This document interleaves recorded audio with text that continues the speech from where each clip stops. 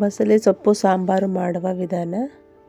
First ಬಸಳೆ ಸೊಪ್ಪು, tomato, ಈರುಳ್ಳಿ, ಬೆಳ್ಳುಳ್ಳಿ, ಧನಿಯಾ ಪುಡಿ, ಖಾರದ ಪುಡಿ, ಜೀರಿಗೆ ಪುಡಿ, ಅರಿಶಿನ ಪುಡಿ, ಸಾಸಿವೆ, ಉಪ್ಪು.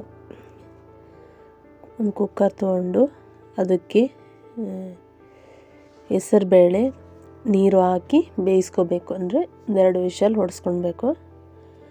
2 ವಿಷಲ್ ಹೊಡೆಸಿದ ಮೇಲೆ 2ರಿಂದ 3 ವಿಷಲ್ ಆದಮೇಲೆ ಅದನ್ನು ರುಬ್ಬಿ ಪಕ್ಕದಲ್ಲಿಟ್ಕೊಳ್ಳಿ. ರುಬ್ಬಿ ಅಥವಾ ಹಾಗೆ ಸ್ನ್ಯಾಶ್ ಮಾಡಿದ್ರೂ ಆಗುತ್ತೆ.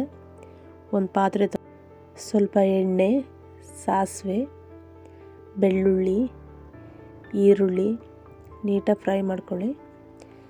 ಫ್ರೈ ಆದ ನಂತರ ಸ್ವಲ್ಪ ಅರಿಶಿನ ಪುಡಿ,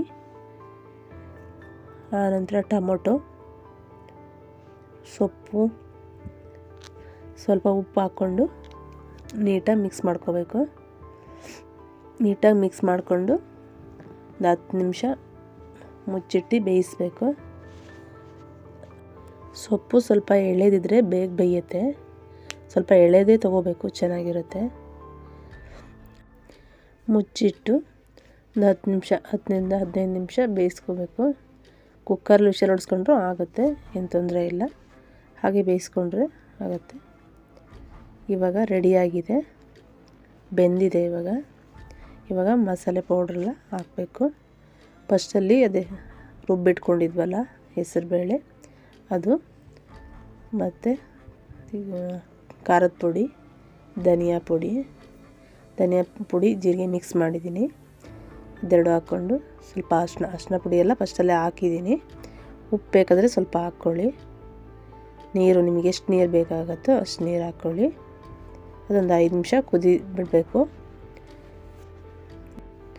ಸೊಪ್ಪು ಫ್ರೆಶ್ ಆಗಿದ್ದರೆ ತುಂಬ ಚೆನ್ನಾಗಿ ಬರುತ್ತೆ ಸಾಂಬಾರು. ಅದೇ ಕಟ್ ಮಾಡಿಬಿಟ್ಟು 1-2 ದಿನದ ನಂತರ ಮಾಡಿದ್ರೆ ಅಷ್ಟೊಂದು ಚೆನ್ನಾಗಿರಲ್ಲ, ಬಾಡೋಗಿರುತ್ತೆ. ಇವಾಗ ರೆಡಿಯಾಗಿದೆ. ನೀವು ಅನ್ನ ಜೊತೆ ಹಾಕ್ಕೊಂಡು ತಿನ್ಬೋದು, ಚೆನ್ನಾಗಿರುತ್ತೆ.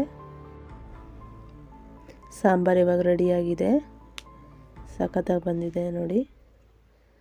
ಥ್ಯಾಂಕ್ ಯು ಎಲ್ರಿಗೂ. ಸಬ್ಸ್ಕ್ರೈಬ್ ಮಾಡ್ಕೊಳ್ಳಿ.